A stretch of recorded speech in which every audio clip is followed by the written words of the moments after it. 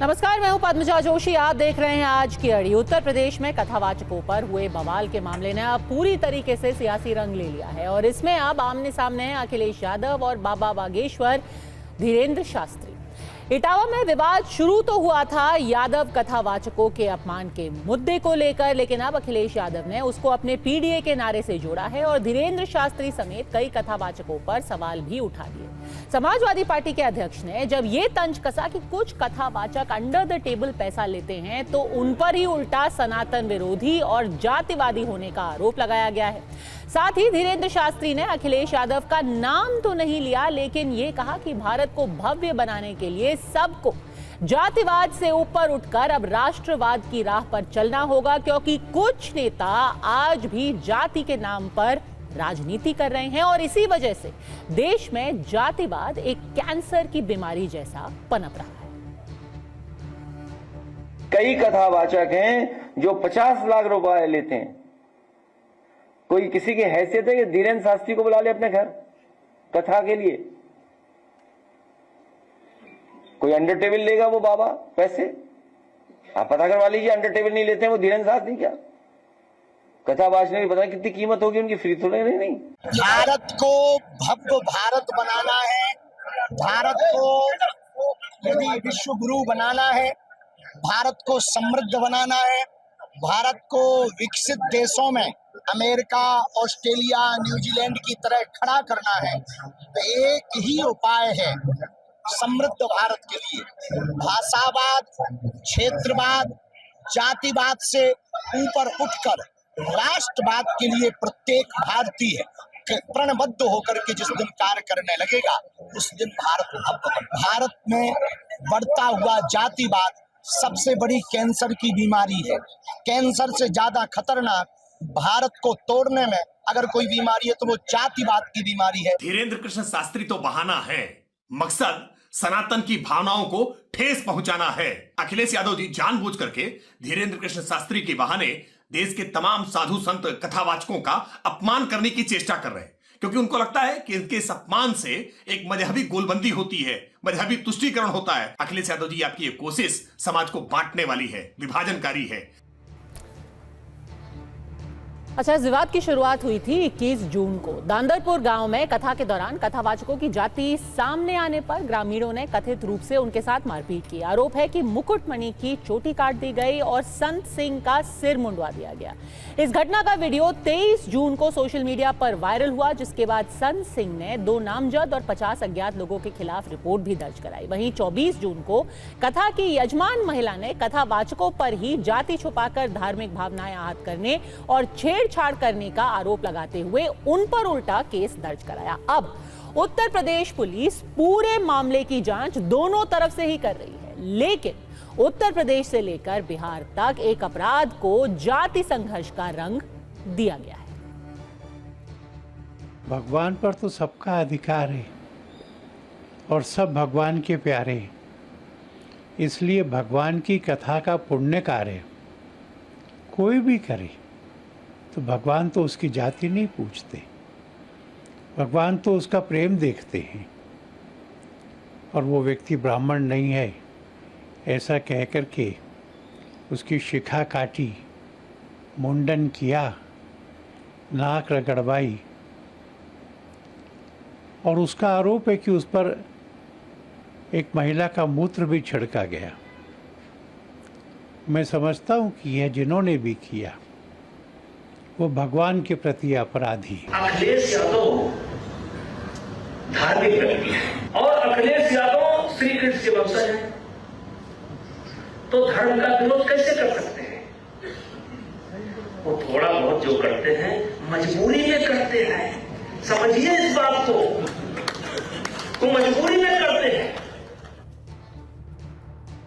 ये भी दिलचस्प बात है कि अगर कुछ लोग अखिलेश यादव के ऊपर ये आरोप लगा रहे हैं कि वो सनातन विरोधी हैं क्योंकि उन्होंने धीरेन्द्र शास्त्री पर सवाल उठाए हैं, उनको क्लीन चिट कौन दे रहा है? बीजेपी के नेता बृजभूषण शरण सिंह। ऐसे में आज अड़ी के सवाल हैं बिल्कुल सीधे, क्या कथावाचक के नाम पर जातिवाद की राजनीति की जा रही है और क्या ज्यादा जरूरी है, क्या ज्यादा बड़ा है आज देश में? जातिवाद या राष्ट्रवाद? राजकुमार भाटी, प्रवक्ता समाजवादी पार्टी, हमारे साथ जुड़ गए हैं। आरजेडी से प्रियंका भारती हमारे साथ जुड़ी हुई हैं। संजय राणा हमारे साथ जुड़े हुए हैं। राशिद किदवई, वरिष्ठ पत्रकार, और हर्षवर्धन त्रिपाठी, वरिष्ठ पत्रकार हमारे साथ है। राजकुमार भाटी जी, सबसे पहले आपसे पूछूंगी, ये धीरेन्द्र शास्त्री पर पर्सनल अटैक क्यों? बात तो यहां पर एक अपराध को लेकर के हो रही थी, एफआईआर दर्ज कराया गया है, केस की जांच भी चल रही है, उन पर रासुका लगाने की बात की जा रही है, पर ये धीरेन्द्र शास्त्री के बारे में कहना कि वो अंडर द टेबल पैसे लेते हैं, वो 50 लाख ले लेते हैं, ये पर्सनल अटैक क्यों?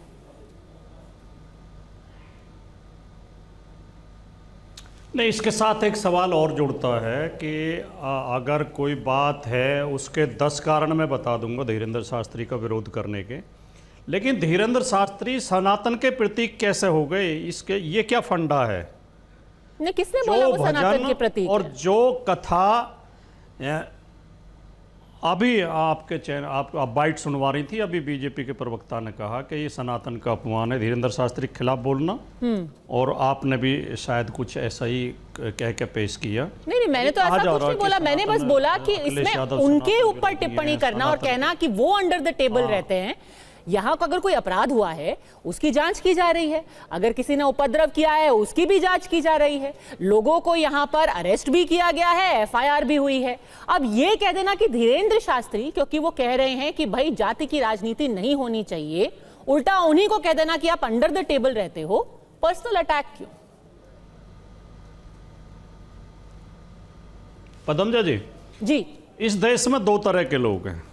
एक तरफ वो हैं जो जातिवादी हैं, सामंतवादी हैं, पाखंडवादी हैं, मनुवादी हैं, ढोंग करते हैं, लोगों को बहकाते हैं, धर्म के नाम पर ठगते हैं, धर्म के नाम पर उल्टे सीधे दावे करते हैं, अलौकिक शक्तियां होने का दावा करते हैं, भोले भाले लोगों को ठगते हैं। ये सदियों से होता आ रहा, और इसमें बहुत सारे लोगों ने जागरूकता पैदा करने का प्रयास किया और बहुत कानून भी बने हैं इस बारे में। दूसरी तरफ वो लोग हैं जो दबे कुचले, जो पीड़ित हैं, जिनके हक मारे जा रहे हैं, जो जाति व्यवस्था के शिकार हैं, जो सामंतवादी व्यवस्था के शिकार हैं। लेकिन आश्चर्य की बात यह है कि जब इन दोनों में कोई टकराव होता है, दोनों में कोई वैचारिक भिन्नता होती है, तो सारे आरोप उन पर लगा दिए जाते हैं जो पीड़ित है, जो पिछड़े हैं, दलित हैं, जिन्हें जाति व्यवस्था ने दबा के रखा है, जिन्होंने सामंतवादी व्यवस्था ने दबा के रखा है, और जो पाखंडी लोग हैं, जो सामंतवादी लोग हैं, उन्हें तो सनातन का ठेकेदार बता दिया जाता है। कौन है ये पाखंडी? और इन लोगों को सनातन का विरोधी बता दिया जाता है। कौन है ये पाखंडी? हमें थोड़ा अपनी सोच में कौन है ये पाखंडी? जैसे धीरेन्द्र शास्त्री उदाहरण के तौर पे। पर राजकुमार भाटी जी, उल्टा धीरेन्द्र शास्त्री, उन्होंने तो कहा है कि कोई भी एक जाति नहीं है जिसको ये अधिकार है कि वो भागवत कथा करें। उल्टा धीरेन्द्र शास्त्री कह रहे हैं कि आप किस जाति से हैं उसका एक पैसा भी असर नहीं पड़ता इस बात पे कि आप कथा कर सकते हैं या नहीं। इसमें बस आपके पास वो स्किल होनी चाहिए, आप ईमानदारी से अगर करें, अगर आप सही तरीके से करें, आपकी जाति आड़े नहीं आ सकती। केवल आधे मिनट दे दें। बिल्कुल, बोलिए। नहीं, मेरी बात तो सुन लें आप। धीरेन्द्र शास्त्री को मैं पाखंडी इसलिए कह रहा हूं कि धीरेन्द्र शास्त्री अलौकिक शक्तियां होने का दावा करते हैं, पर्चा निकालने का दावा करते हैं। आपके मन में क्या प्रश्न है वो पहले पर्चे पर लिख देंगे। मैं आपके चैनल पे खुली चुनौती दे रहा हूं, मैं 5 लाख रुपए इनाम दूंगा अगर वो मेरा पर्चा निकाल दें, मेरे सवाल का जवाब दे दें, या कोई अलौकिक शक्ति होना सिद्ध कर दें। नंबर 1 बात। अच्छा। नंबर 2 बात, धीरेन्द्र शास्त्री कहते हैं मेरी रावण से बात हुई थी, मैंने रावण को फोन किया, हेलो डियर रावण, मेरे पास उसका हनुमान का नंबर है। धीरेन्द्र शास्त्री और इनके गुरु रामभद्राचार्य अपनी कथाओं के बीच बीच में बीजेपी का प्रचार करते हैं, राजनीतिक नारे लगवाते हैं, आरक्षण का विरोध करते हैं, जातिवाद का समर्थन करते हैं। धीरेन्द्र शास्त्री के पास कोई दलित आके बैठ जाए तो कहेगा मेरे पैर मत छूना, पीछे हटो, तुम अछू। तो रामभद्राचार्य ने अपनी कथा के बीच में नारा लगवाया था, मरे मुलायम काशीराम, जोर से बोलो जय श्री राम। अच्छा। ये दोनों गुरु चेला घोर सामंतवादी हैं, जातिवादी हैं, मनुवादी हैं, आडंबर फैलाते हैं, ढोंग फैलाते हैं, पाखंड फैलाते हैं। पर अगर वो जातिवादी और मनुवादी हैं तो फिर वो ये क्यों कह रहे हैं कि भागवत कथा का अधिकार किसी को भी है, भले से ही वो कोई भी जाति से आता हो? अगर वो सच में जातिवादी होते हो तो कहते हैं आपका अधिकार ही नहीं है, आप मत कीजिए, यादव को नहीं अधिकार है, आप बाहर रहिए। और सच ये भी है कि हमारे देश में ऐसे कई लोग हैं जो अलग अलग जातियों से आते हैं, कथा करते हैं। इनके गुरु हैं रामभद्राचार्य, धीरेन्द्र शास्त्री गुरु हैं रामभद्राचार्य। वो तो ब्राह्मणों में भी नीच बताते हैं, ब्राह्मणों में भी नीच ब्राह्मण। वो कहते हैं ये पाठक, ये जो है दीक्षित, ये इस तरह के ब्राह्मण जो त्रिगुणायत, ये नीच ब्राह्मण होते हैं। तो ये मैं इसलिए कह रहा हूं कि ये घोर जातिवादी भारत के संविधान का अपमान करते हैं। ठीक। संविधान ने 1950 26 जनवरी 1950 से तय हुआ है भारत में कि कोई ऊंच नहीं है, कोई नीच नहीं है। जाति और धर्म पे के आधार पर किसी को ऊंच नीच नहीं बताया जाएगा, किसी को अछूत नहीं बताया जाएगा।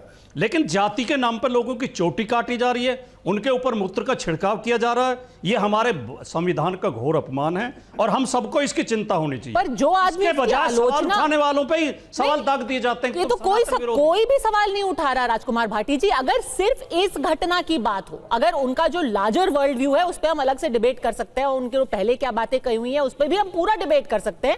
और खैर इस पर डिबेट की क्या बात है, अगर उन्होंने ऐसा कहा है कि ऊंच नीच होनी चाहिए, इसमें तो कोई डिबेट ही नहीं है। ये पूरी तरीके से गलत है। हमारे देश के अंदर हर कोई एक समान है, सबके समान अधिकार हैं। लेकिन जहां तक इस घटना की, इस अपराध की बात है, उन्होंने कहा है, अरे सर ये तो गलत है, इसमें तो कोई डिबेट की बात ही नहीं है। मैं तो शुरुआत से ही कह रही हूं, अगर कोई कह रहा है कि आप ऊंचे हो कोई और नीचा है, इसमें तो कोई डिबेट ही नहीं है। हम कह रहे हैं हमारे देश में हर कोई समान है। लेकिन इस घटना की जहां तक बात है, उसमें उनके ऊपर पर्सनल अटैक क्यों, सवाल फिर यहीं घूम करके आ जाता है। लेकिन हर्षवर्धन त्रिपाठी जी, राजकुमार भाटी का यह आर्गुमेंट है कि उनके विचार पहले से ही ऐसे रहे हैं, जातिवादी विचार हैं, सामंतवादी विचार हैं, और इसी वजह से वो कह रहे थे कि आप इस घटना को जानबूझ करके जाति के लेंस से अलग दिखाने की कोशिश कर रहे हैं। मामला पूरा जाति को ही लेकर के है। देखिए पद्मजा जी, 16वीं शताब्दी में एक कवि हुए थे सैयद इब्राहिम। तो सैयद इब्राहिम का दावा था कि भगवान कृष्ण ने उनको दर्शन दिए। उनको इस देश ने पाखंडी नहीं कहा, उनको इस देश ने कवि रसखान के तौर पर जाना। मानुष हो तो वही रसखान बसो ब्रज गोकुल गांव के द्वारे, उनको ऐसे पहचाना। वेद व्यास को इस देश ने कैसे पहचाना कि आज सारी कथा कहने वाले कथावाचक व्यास पीठ पर बैठते हैं। पता नहीं ये क्यों नेताओं को ध्यान में नहीं रहता है। वाल्मीकि की रामायण किस तरह से पूजी जाती है, किस तरह सर माथे रखी जाती है, और कौन सा ब्राह्मण होगा जो वेद व्यास और वाल्मीकि से ऊपर हो गया, जरा उसका नाम बताना चाहिए। राम भद्राचार्य जी और बागेश्वर धाम जो धीरेन्द्र शास्त्री हैं, उन्होंने देश में विश्वविद्यालय से लेकर अभी कैंसर अस्पताल तक बनाने का काम किया है। हिंदू धर्म के लिए, सनातन धर्म के लिए बड़े काम कर रहे हैं।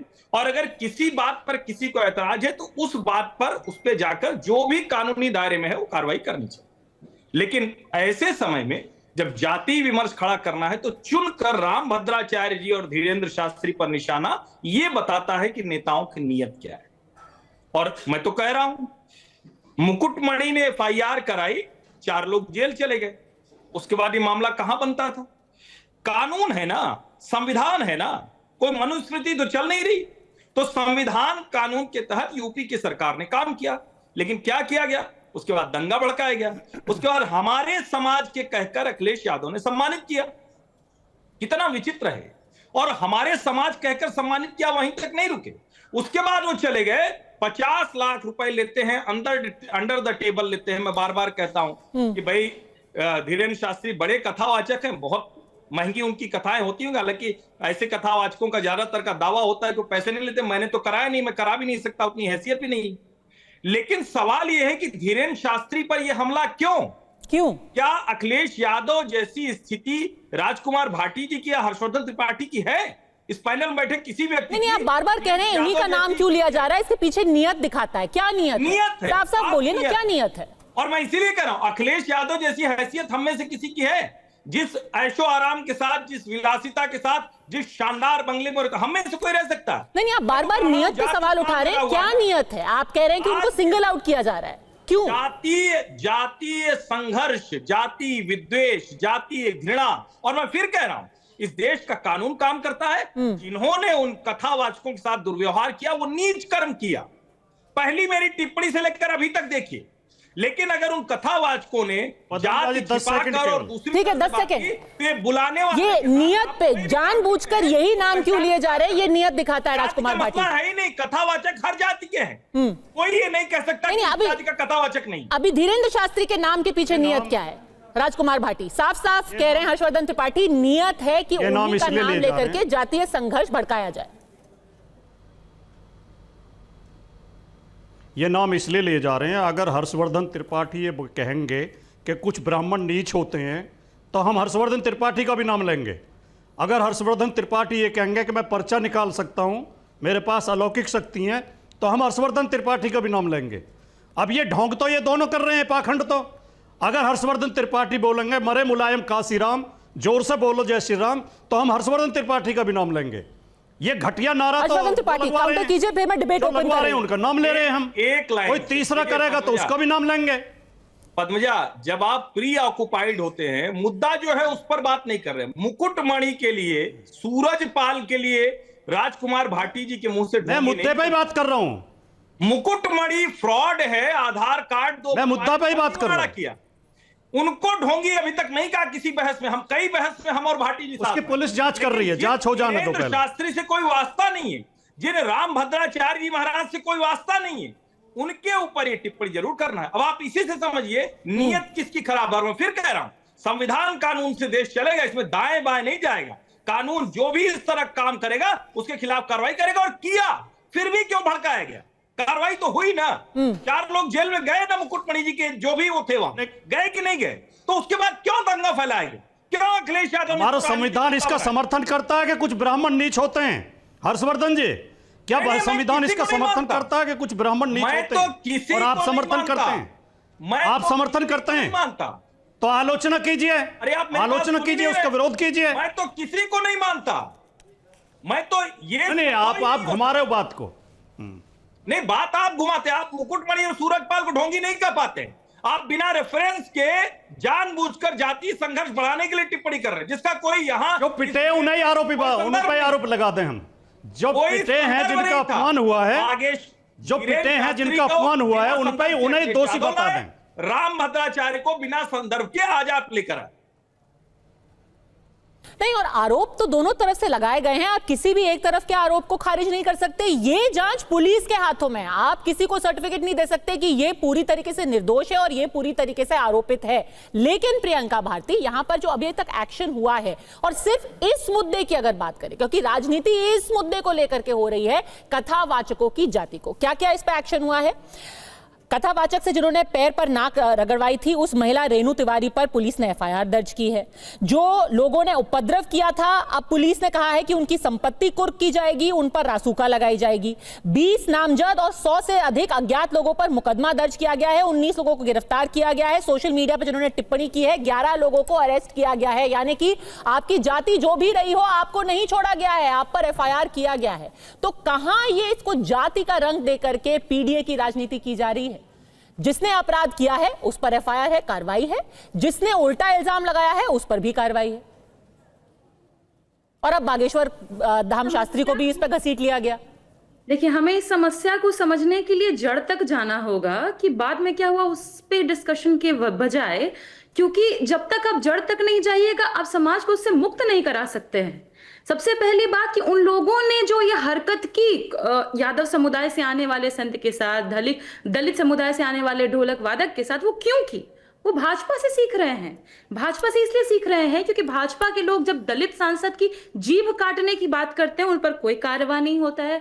भाजपा का नेता विपक्ष से आने वाले नेता प्रतिपक्ष टीकाराम जूली के मंदिर जाने के बाद मंदिर धोने की बात धो देते हैं और बोलते हैं कि वो इम्प्योर है, उनका नाम तक लेना, उन पर कार्रवाई नहीं होता है। भाजपा नेता ओम बिरला एक जातिगत महासभा में जाकर के बोलते हैं कि ब्राह्मण समुदाय सर्वश्रेष्ठ समुदाय है, उन पर कोई कार्रवाई नहीं होती है। जब भाजपा के नेता योगी आदित्यनाथ, अखिलेश जी जो पिछड़े समुदाय से आते हैं, उनके घर खाली करने पर मंदिर को धो देते हैं, योगी जी पर भी कोई कार्रवाई नहीं होती। वहां से समाज सीखता है, वो वहीं से इंस्पिरेशन लेता है कि जब इन नेताओं पर कोई कार्रवाई नहीं हो रही है तो हम भी ये काम करेंगे, तो हम पर भी कोई कार्रवाई नहीं होगी। पर कार्रवाई तो हो रही है ना।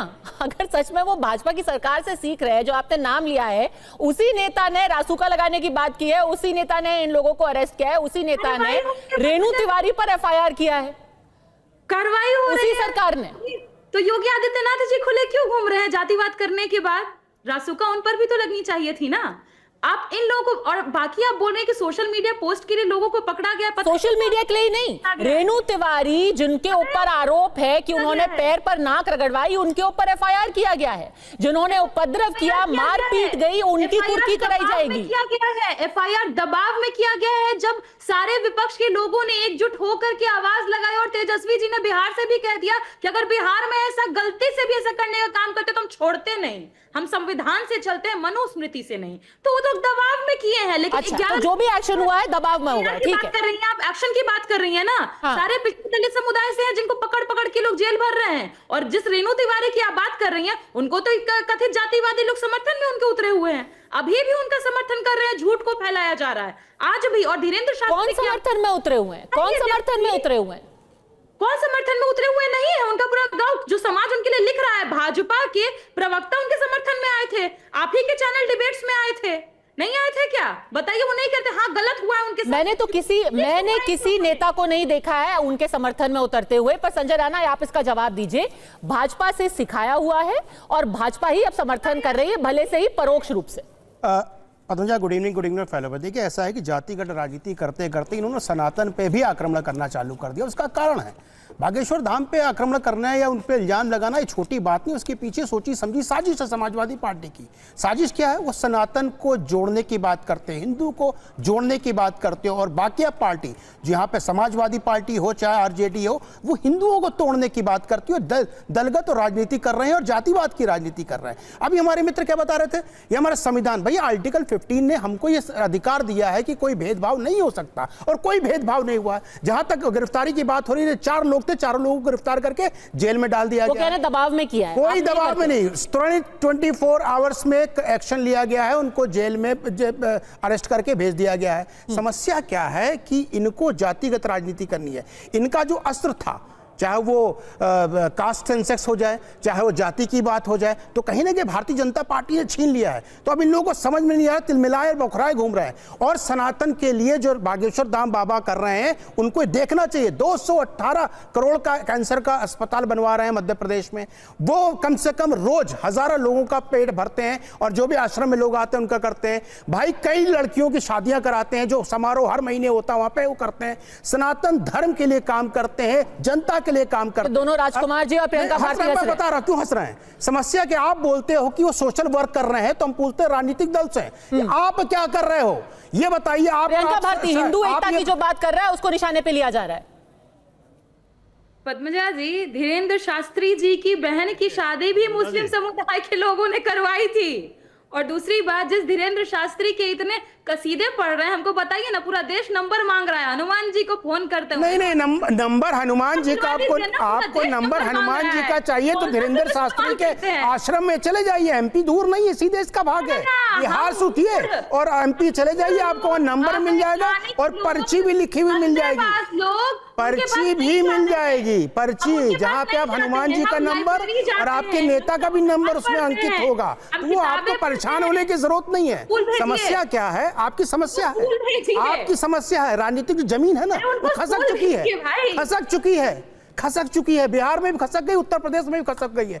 ये बताइए, समाज की बात कर रहे हैं, समाज किससे बनता है? आप जितने भी महापुरुषों के नाम लीजिए, जो हमारे हिंदू धर्म के महापुरुष हैं, कहीं नहीं दलित समाज से आते हैं। एक सूत्र श्री, जब हम सत्यनारायण की कथा करते हैं, आपको बता देता हूं कि आप तो हिंदू धर्म के बारे में ज्यादा जानती नहीं, थोड़ा सा ज्ञान आपका अर्जन कर देता हूं। देखिए, एक सूत्र श्री होते थे, जब हम सत्यनारायण की पूजा करते हैं तो आपने देखा होगा पंडित जी एक सूत का रखते हैं, उसमें सूत्र श्री कहा जाता है। सूत्र श्री कौन थे? वो दलित थे, और दलित क्या थे? वो पहले व्यक्ति थे जिन्होंने अपनी जो अपने पुराण है, 10 पुराण को सुनाया था। उतना सम्मान करता है उस समाज को। वाल्मीकि जी कौन थे? किस समाज से आते थे? इसी समाज से आते थे। लेकिन समस्या क्या है? आप लोगों को सिर्फ सनातन पे आक्रमण करना है। एक छोटी सी बात करके खत्म कर देता हूं।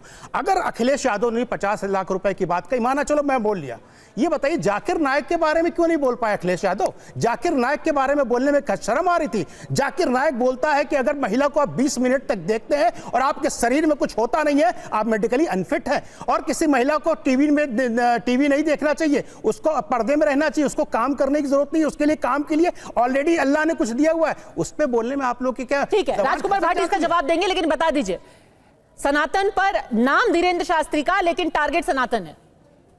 फिर राजकुमार भाटी और मैं राशिद साहब आपके पास आ रही हूं।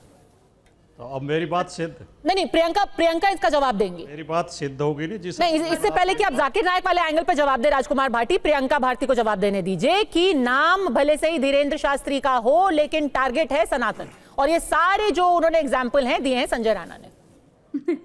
पद्मजा जी, मुझे तो इनकी सोच पर तरस आता है। कभी कहते हैं वर्ण व्यवस्था नहीं थी, जाति व्यवस्था नहीं थी, अंग्रेज के आने पर बन गया, पोर्टुगीज के आने पर बन गया, फिर वाल्मीकि जी की जाति खोज लाते हैं। अरे करते क्या है आप लोग? सोचते समझते, पढ़ते लिखते नहीं है क्या? नहीं, हम ना मत चलिए वहां, चलिए अफ्रीका से पीएचडी नहीं करने गए थे। हमारे देश में पीएचडी करने के लिए हमारा धर्म है, हमारी संस्कृति है और हमारी शिक्षा पद्धति है जिसपे हम जाके शिक्षा ग्रहण कर सकते हैं। आपकी तरह मुझे अफ्रीका जाकर के रिसर्च करने की जरूरत नहीं। भारती जी, प्रियंका जी, मुद्दे पे बात कीजिए ना। अभी आज का जो मुद्दा है, धीरेन्द्र शास्त्री का नाम क्यों लिया जा रहा है बार बार? संजय राणा और हर्षवर्धन त्रिपाठी का कहना है क्योंकि बार बार वो कह रहे हैं कि हिंदुओं को एक रहना चाहिए, कि जाति के आधार पे आपको बंटना नहीं चाहिए, कि देश तभी आगे जाएगा जब सब एक धर्म के जो लोग हैं वो साथ में रहेंगे। इसीलिए उनको अटैक किया जाता है क्योंकि ये आपकी राजनीति के लिए खतरनाक है। पहली बात, जब दलित समुदाय का व्यक्ति उनके पैर छूने आ रहा था तो धक्का दे दिया, अरे मुझ में सटो नहीं, टच मत करो, अछूत हो। ये वर्ड उन्होंने खुद यूज किए जो वीडियो हर जगह क्या ये सच है संजय राणा? दलितों की बिल्कुल पद्मजा जी, ये कहानी बनाई हुई आरजेडी की। एक छोटा सा बात और पूछता हूँ, अपनी बहन से पूछता हूँ, प्रियंका जी, आप बाबा साहब अम्बेडकर को मानती हो और भाटी साहब भी मानते हैं। ये बताइए, जम्मू कश्मीर में बाबा साहब भीमराव अम्बेडकर की एक भी मूर्ति क्यों नहीं है? आप मूर्ति क्यों नहीं लगवा पा रहे? हम तो बोलते हैं बात जात पे, बाबा साहब अम्बेडकर के नाम पे, इस धर्म को लेकर के, उस चीज को लेकर के ब्राह्मण के खिलाफ बात करना, राजपूतों के खिलाफ बात करना, वैश्यों के खिलाफ बात करना। अरे आप हिंदुओं में क्यों तोड़ रहे हैं? आपकी हिम्मत है? आपने जाकिर नायक के बारे में क्यों नहीं बोला? अभी आपके 2-3 और नाम बता दे, और धर्मों के गुरुओं के नाम जो प्रीच करते हैं, जाकर शिक्षा देते हैं, उस पर आप नहीं बोल पाएंगे और ज्यादा बड़ी बात नहीं बोलेंगे। ये बताइए, एक जमाने में 30 साल पहले किसी के पास साइकिल नहीं होती थी, मर्सिडीज का काफिला कहां से आ गया? जाकिर नायक का आपने सवाल क्योंकि अखिलेश यादव के बारे में पूछा है, उसका राजकुमार भाटी जवाब देंगे। देखिए, एक तो आपने प्रियंका भारती से 2 बार सवाल पूछा, लेकिन दोनों बार संजय राणा का भाषण चलता रहा, प्रियंका भारती को एक वाक्य नहीं बोलने दिया गया। इस तरह की डिबेट होनी है तो ये खराब है। हम तो ऐसा तू में पढ़ते नहीं हैं। दूसरी बात, संजय राणा जी ने कहा कि एक तो शुरू में आप मेरी बात काट रही थी, वो संजय राणा ने सिद्ध कर दी कि बागेश्वर धाम पे सवाल पूछना, सनातन पे सवाल पूछना है। वो जो मैं कह रहा था, मेरी बात सिद्ध हो गई। दूसरा है, जो व्यक्ति ये कहता हो कि बागेश्वर धाम में आ जाओ, हनुमान का नंबर मिल जाएगा, ऐसे लोगों से क्या चर्चा करें, क्या उम्मीद करें, क्या सवाल पूछें ऐसे लोगों से? इन्होंने एक दावा किया कि वो मंदिरों में दान देते हैं, शिक्षा में दान देते हैं। चंबल के जितने बड़े बड़े डकैत हुए हैं, मोहर सिंह, माधो सिंह, बड़े बड़े जो डकैत हुए हैं, निर्भय गुजर, सब मंदिरों में दान देते थे। तो क्या उनके पाप माफ हो गए, उनके अपराध माफ हो गए?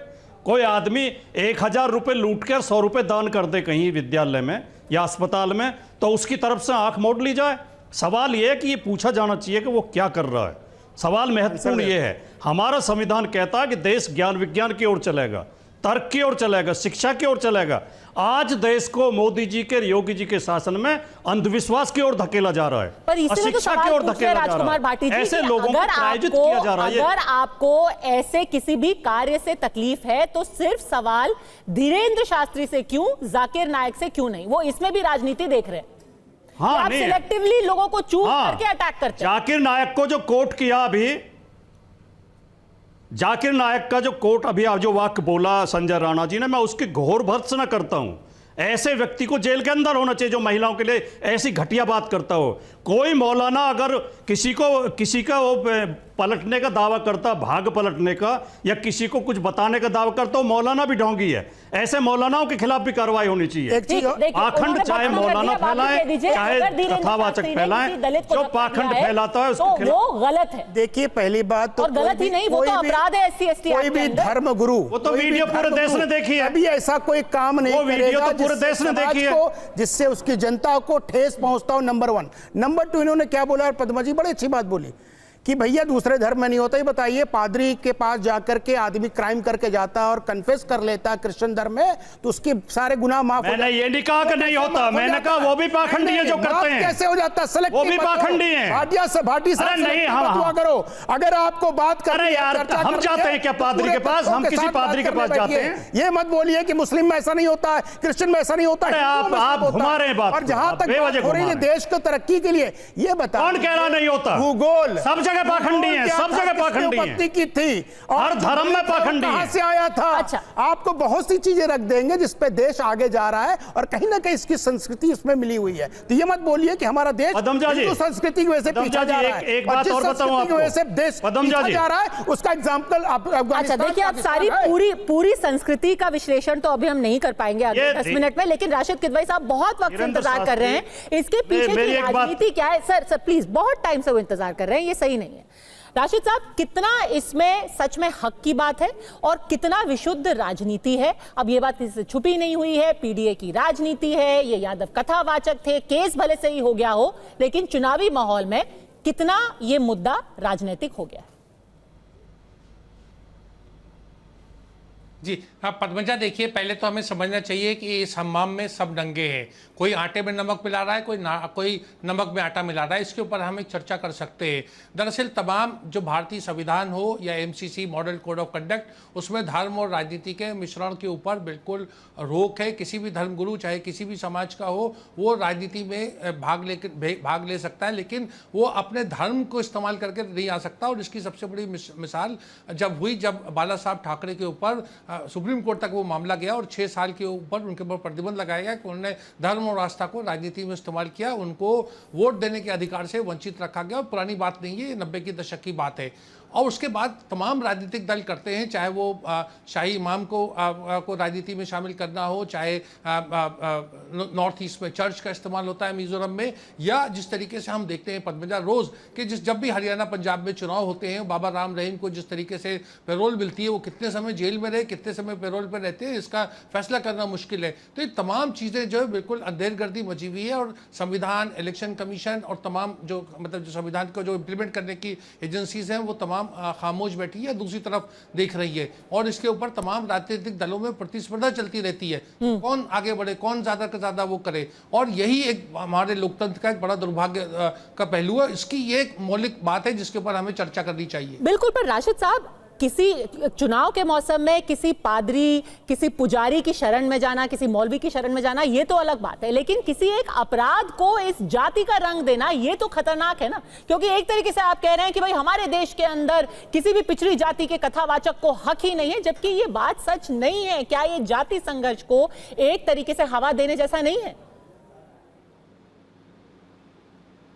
और जबकि हमने कितने उदाहरण देखे हैं। मुरारी बापू, अगर 50 लाख की बात हो रही है, मुरारी बापू इतने प्रसिद्ध हैं, दुनिया भर में वो भ्रमण करते हैं, शायद ही कोई और कथावाचक उनसे बड़ा हो इस वक्त हमारे देश के अंदर, और वो भी ब्राह्मण नहीं है। और ऐसे कितने ही नाम गिनाए जा सकते हैं, यादव समुदाय से कितने लोग आते हैं ऐसे। पर ऐसी बातें करके क्या एक जाति संघर्ष को हवा नहीं दी जा रही? राशिद किदवई। पद्मिनी, देखिए राजनीतिक दलों के पास एक बहुत बड़ी चुनौती है। एक तरफ बात हो रही है जाति के आधार पर जनगणना की और पूरा उसके आधार के ऊपर पूरा आरक्षण का मामला है। दूसरी तरफ जो अपर कास्ट हैं, जिनका समाज में बड़ा अमल दखल होता है, जो प्रभावशाली समाज है, संपन्न समाज है, उसको भी राजनीतिक दल उसका साथ नहीं छोड़ना चाहते। तो चाहे वो भाजपा हो या कांग्रेस हो या समाजवादी पार्टी, वो दोनों को समन्वय बिठाने की कोशिश कर रहे हैं कि एक तरह से जिसे हम कहते हैं कि सामाजिक रूप से जो पिछड़ी जातियां हैं वो अलग ना हो, खासतौर से अपर कास्ट का भी तिलस्म न टूटे। और इसीलिए राजनीतिक दल, देखिए मैं कह रहा हूँ, 2 तरीके पर ऑपरेट कर रहे हैं। और ये पूरा जो प्रकरण का जिसका आप जिक्र कर रही है, मैं यहाँ व्यक्ति विशेष या उसका जिक्र नहीं करना चाहता, उसके पीछे मंशा यही है कि एक तरफ सनातन की बात करो, दूसरी तरफ पिछड़े समाज की बात करो, ताकि कहीं अपना वोट बैंक दोनों तरफ से न खिसके। हर्षवर्धन जी, दोनों तरफ से, जैसे कि राशिद किदवई ने कहा, इस हमाम में सब नंगे हैं। नहीं, इसमें कोई संदेह नहीं, राशिद जी से मैं बिल्कुल सहमत हूं। लेकिन मैं ये नहीं चाह रहा था, मैं इसीलिए इस तरह की बहस में मैं कोशिश करता हूं कि जो मुद्दे पर रहे। लेकिन समाजवादी पार्टी के प्रवक्ता भाटी ने भी और प्रियंका भारती ने भी गड़े मुर्दे उखाड़े। तो गड़े मुर्दे उखाड़ते हैं तो जिस पार्टी से आती हैं, भूरा बाल साफ करो। और जो भाटी जी बड़े नाराज हो गए तो नारा लगता था मिले मुलायम कांशीराम, हवा में उड़ गए जय श्री राम। तो जो ये नारा लगा रहा है उसको क्या कहना चाहिए भाटी जी? जरा बताइए, आप दोनों लोग बताइए। जाति संघर्ष, घृणा, विद्वेष, दोनों पार्टियों के प्रवक्ता, और बेवजह दाएं बाएं मत जाइएगा, जवाब दीजिएगा तो अच्छा लगेगा, लोग भी सुनेंगे। संत ने लगाया था किसी, आप फिर घूम के आ गए भाटी जी, ये बड़ी समस्या हो गया कि आप तो बड़े तर्कपूर्ण हुआ करते थे। क्या हो गया आपको? नेता में और संत में कोई फर्क है या नहीं है? सवाल पूछा, नेता में और संत में कोई फर्क है या नहीं है? आपने मुझसे सीधा सवाल पूछा कि अगर कोई किसी को नीच कहे क्या वो गलत? मैंने कहा बिल्कुल गलत है, कोई ऊंच नीच हो ही नहीं सकता। मेरा सीधा स्ट्रेट फॉरवर्ड जवाब था। मैं आपसे कह रहा हूं भूरा बाल साफ करो, ये क्या हत्या हिंसा को भड़काना नहीं था? मिले मुलायम कांशीराम, हवा में उड़ गए जय श्री राम, ये कहने वाले लोग कौन थे? किस तरह से पुकारेंगे? झूठ है, किस तरह से पुकारेंगे? झूठ है ये, और इसकी भर्त्सना होनी चाहिए। यहाँ पर ये व्यक्ति यहाँ पर आकर के लालू जी के खिलाफ में झूठ फैला रहे हैं और ऐसे चैनल से चलने नहीं दिया जा सकता है। तस्वीर है, अभी भी न तो मैंने लालू प्रसाद यादव का नाम लिया, न मुलायम सिंह यादव का नाम लिया, सिर्फ दोनों नारे बताए जो प्रचलित नारे थे। ये चिढ़ गई, कुछ भी बोलेगी अभी। इस महिला के साथ समस्या ये है कि सीधी बात करो तो अचानक उत्तेजित हो जाती। अरे भाई शांति से आप जवाब दीजिए। हर्षवर्धन त्रिपाठी जिससे लोग पैदा होते हैं ना, तो कहा जाता है देखो जातिवादी पैदा हो गया। नहीं, कुछ भी कह सकती हो। देखो प्रियंका, जातिवादी इसके अलावा तो और कुछ आता नहीं है। यही हर बहस में करती हो, यही हर बहस में करती हो। तर्क, तथ्य नहीं है, तर्क नहीं है, इसी तरह से हमला करना। कहा तो कौन सा तर्क लेकर के आए थे हर्षवर्धन त्रिपाठी? अरे भाई मैं तो जितनी बात बोल रहा हूँ सबके तथ्य। माफी मांगिए, माफी मांगिए, यही दिखाइए हिम्मत है तो। ये मैं कह रहा हूँ ना, ये जितना भी है मुझे तू मैं नहीं करना है। पद्मजा जी, इनसे तू मैं नहीं करना। ये नारे लगे थे या नहीं लगे थे, भाटी जी को पता है, इसलिए चुप हो गए। ये अभी नई राजनीति में आई है इसलिए बोल रही। अब संभव नहीं, दलित पिछड़ा बोलेगा और आपको सुनना होगा।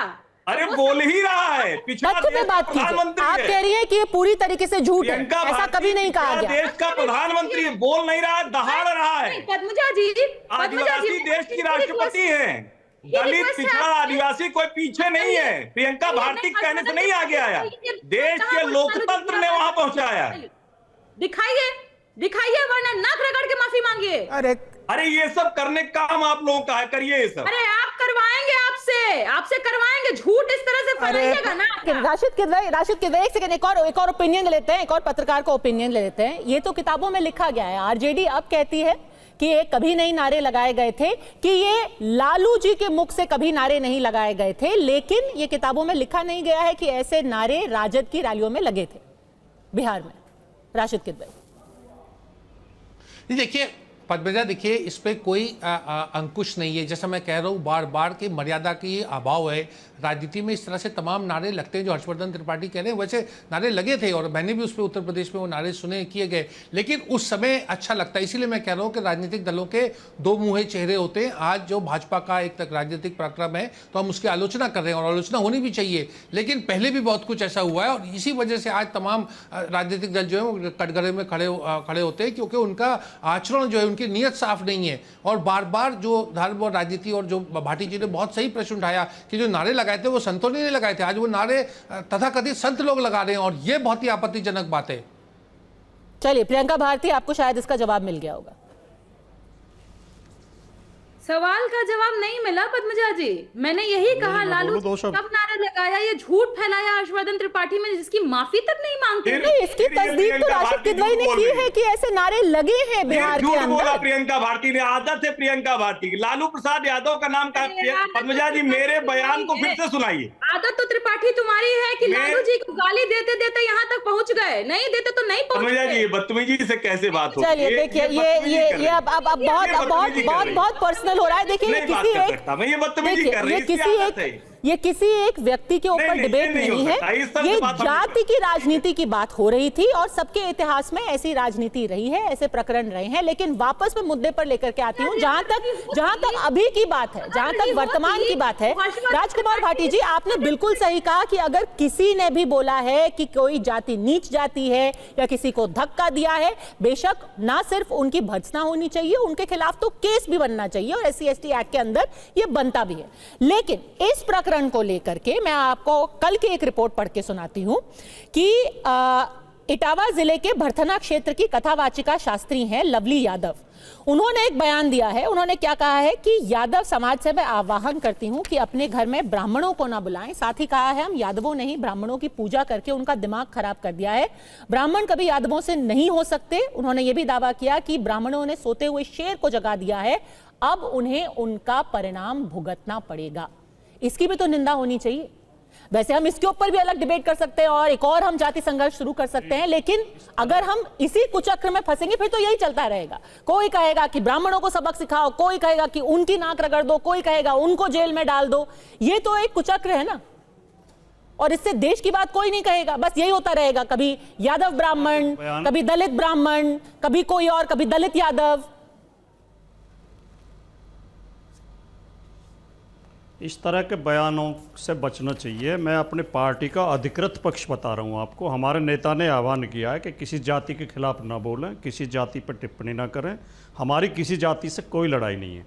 लेकिन ये जो बयान अभी आप सुनवा रही हैं, ये रेणु तिवारी के बयान के जवाब में आया है। रेणु तिवारी का एक वीडियो पूरे उसमें घूम रहा है सोशल मीडिया में, और उन पे एफआईआर हुआ है, जो कि सही है, होना चाहिए रेणु तिवारी पे एफआईआर। दोनों पक्षों को इन पे भी एफआईआर होना चाहिए। यादवों को बचना चाहिए, समाजवादी पार्टी को बचना चाहिए, बीजेपी को बचना चाहिए। लेकिन मैं एक बात कहना चाहता हूं पदमजा जी, अभी हर्षवर्धन त्रिपाठी जी कोट कर रहे थे कुछ नारों को। मैं जो इनके धीरेन्द्र शास्त्री के 2 बयान कोट करना चाहता हूं बहुत संक्षेप में, और उनका जवाब आप हर्षवर्धन जी से ले लेना। यहां ग्रेटर नोएडा में कथा कर रहे थे, धीरेन्द्र शास्त्री ने कहा जिस औरत के सिंदूर भरा हुआ है मांग में, समझो उस प्लॉट की रजिस्ट्री हो चुकी है, और जिसकी मांग खाली है तो समझो प्लॉट खाली है। ये क्या उचित है? क्या स्त्रियों के बारे में, महिलाओं के बारे में, बहनों के बारे में ये बयान उचित है? किसी संत को देना चाहिए? दूसरा, जब कुंभ में जो कुछ लोगों की मौत हुई, भगदड़ मची, तो धीरेन्द्र शास्त्री ने बयान दिया, अरे इस पे तो खुश होना चाहिए, इन लोगों को तो मुक्ति मिल गई, इन लोगों इसमें दुख होने की क्या बात है? क्या ये दोनों बयान किसी संत के लायक हैं? क्या ऐसे व्यक्ति को संत कहा जा सकता है? ऐसे व्यक्ति को धर्मगुरु कहा जा सकता है? ठीक है राठी जी, वैसे यहाँ पे हम डिबेट धीरेन्द्र शास्त्री के बयानों पे ना कर रहे हैं, ना हर्षवर्धन त्रिपाठी उनके प्रवक्ता हैं। लेकिन क्योंकि आपने स्पेसिफिकली 2 एग्जाम्पल दिए हैं, हर्षवर्धन जी इस पे अपना पक्ष रख दीजिए, फिर मैं वापस आपसे पूछना चाहूंगी कि इसका अंत क्या होगा। क्या बार बार हम यही करते हैं कि हर एक कोई प्रकरण उठा करके हम उसमें जातियां ढूंढेंगे? लेकिन ये जो 2 कथन है हर्षवर्धन जी, उस पे अपना पक्ष रखिए धीरेन्द्र शास्त्री के। आपने शायद म्यूट कर लिया। नहीं, अनम्यूट है, मेरी आवाज आ रही है? अब आ रही है, बोलिए। ठीक है, दोनों कथनों पर मैं अपना, जो भाटी जी ने कहा बिल्कुल मैं उसका बयान जवाब देता हूं। लेकिन एक बात मैं कहूं, जब कोई तथ्य कहें और कोई प्रवक्ता गाली गलौज पर तुम तड़ाम पर उतर आए, तो इसी से समझ में आता है कि कितनी गहरी चोट लगी है। दूसरा, मैंने जो सवाल पूछा उसका जवाब नहीं दिया। मैंने तो तब भी कहा था, अब भी कह रहा हूं, कोई संत हो, सामान्य व्यक्ति हो, कोई भी हो, अगर उसके मुंह से गलत निकल रहा है तो उसकी निंदा की जानी चाहिए। हिंदू धर्म में तो हम भगवान से भी प्रश्न करते हैं, जिनको ईश्वर मानते हैं, तो ये कथावाचक या कोई साधु संत, उन पर हम सवाल नहीं करेंगे, ऐसा नहीं। उस वक्त की ही मेरी टिप्पणी भाटी जी निकाल लीजिए, और मैंने कहा था कि ये शर्मनाक बयान, जो कुंभ में आप जिस बयान की बात कर रहे हैं ना, उस वक्त बाकायदा मैं भी डिबेट में था, पता नहीं आपके साथ था कि नहीं, और उसी वक्त मैंने कहा, क्योंकि ये इस चीज को कोई दाएं बाएं नहीं लेके जाना, स्ट्रेट फॉरवर्ड बात करनी।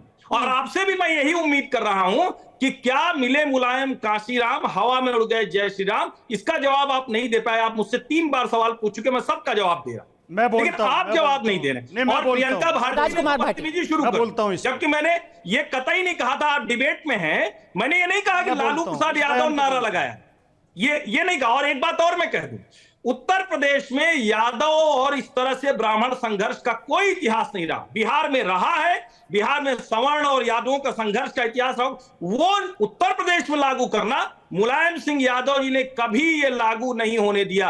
अखिलेश यादव क्या ये करना चाहते, इसका भी जवाब दें।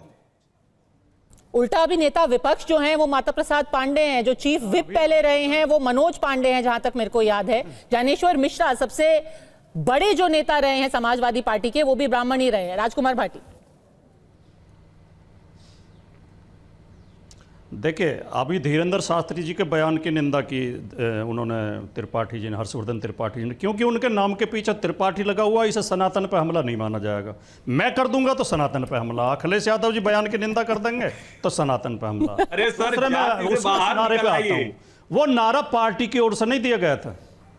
कृपया सुन तो लें, जो नारा आप जिक्र कर रहे हैं, मिले मुलायम काशीराम, जोर से बोलो जय श्री राम, ये पार्टी की ओर से नहीं दिया गया था, ना पार्टी के किसी नेता ने दिया था, ना पार्टी के किसी डॉक्यूमेंट में था, ना किसी पोस्टर में था। ये जब चुनाव हो गए थे और समाजवादी पार्टी, बहुजन समाज पार्टी की सरकार बन गई थी, तो क्योंकि जय श्री राम का नारा बीजेपी का सिंबल था, ये बीजेपी के खिलाफ नारा लगाया, जनता ने लगाया कि मिले मुलायम काशीराम, जोर से बोलो जय श्री राम। अगली बात, लास्ट बात पद्मजा जी ने पूछा कि इसका इलाज क्या है। इसका इलाज ये है, हमारे नेता ने कहा कि जाति के खिलाफ कोई टिप्पणी नहीं करेगा। इसका इलाज ये है कि इधर से भी सौहार्द की बात की जाए, उधर से भी सौहार्द की बात की जाए। बीजेपी भी आग न लगाए, बीजेपी भी आग लगाने का काम कर रही है, बीजेपी भी जातीय संघर्ष चाहती है। हमारे मुख्यमंत्री भी इसमें वो कर रहे हैं, आग लगाने का काम कर रहे हैं। तो सब तरफ से सद्भाव की बात की जाए, हम तो हृदय से तैयार हैं। और हमारे नेता माता प्रसाद पांडे के ऊपर तो बीजेपी के लोगों ने हमला किया गोरखपुर में। क्योंकि आप बार बार ये कह रहे हैं, इस पूरे प्रकरण में भारतीय जनता पार्टी के कार्यालय पे किसका सम्मान किया गया, किस जाति को हमारे समाज कहा गया, कहां किसी दूसरे पर हमला किया गया। एक उदाहरण बताइए आप लोग, ये वाला नहीं चलेगा कि किसी पर कुछ, आप एक उदाहरण बता के जाइए, अच्छा लगेगा तो बताइए जरा। ठीक है, देखिए आपने पूरा एक सोल्यूशन तो दे दिया राजकुमार भाटी की किस तरीके से ये जाति की राजनीति नहीं होनी चाहिए। उम्मीद ये भी है कि आगे जब भी कोई अपराध हो, उसमें सबसे पहले जाकर के अपराधी के और पीड़ित की जाति के आधार पर अपने आगे का स्टैंड पर विचार ना किया जाए। फिलहाल अड़ी में आप सबका हमसे जुड़ने के लिए बहुत बहुत धन्यवाद।